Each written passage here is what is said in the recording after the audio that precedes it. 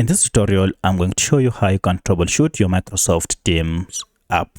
So if you're having a challenge with your app, maybe your app is not opening or it keeps on crashing, then let me show you how you can fix all these problems and errors and get your app running. If you find this video helpful, I'll kindly request that you support me by liking the video and also by subscribing to this channel. My name is Isaac and let's get into it. Alright, now the first step to troubleshoot your app is to access the app information page. And for this, just go to settings here and then look for this option called apps. Under this, tap on it. Now for this tutorial, I'm using a Redmi smartphone. However, this process should be more or less the same on any other Android smartphone.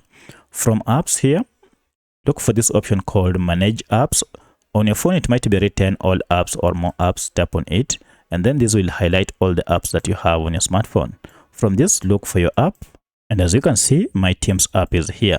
If I tap on it, you can see now we are on the app information page. And this is where we shall do our troubleshooting. Now, if you are finding it hard to get to this page, let me show you a quick and simple method to get here. For that, just go back and look for your app.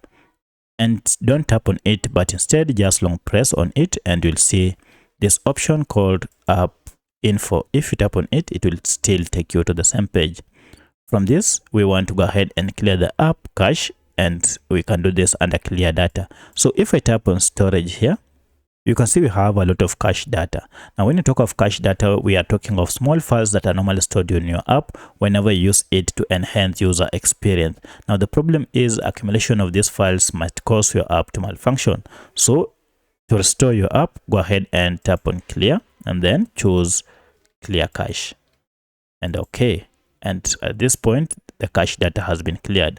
From here, restart your smartphone and then try opening your app and your problem should have been fixed.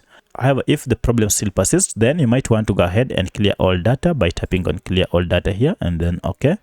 And you'll have to go ahead and log in afresh with your credentials to be able to use the app. However, if this second method didn't solve your problem, then head to the third and the last method to fix it. For this, you need to access the app either through Google Play Store or App Store if you're on iPhone. For my case, I'm on Android and therefore I'll go ahead and look for the app through Google Play Store. So tap on Play Store and then search for your app. You can see my app is here and look for any update. If it is available, you'll see it here. From here, proceed and update your app to the latest version. Once you have updated your app, now you can proceed and try opening it, and now it should be working.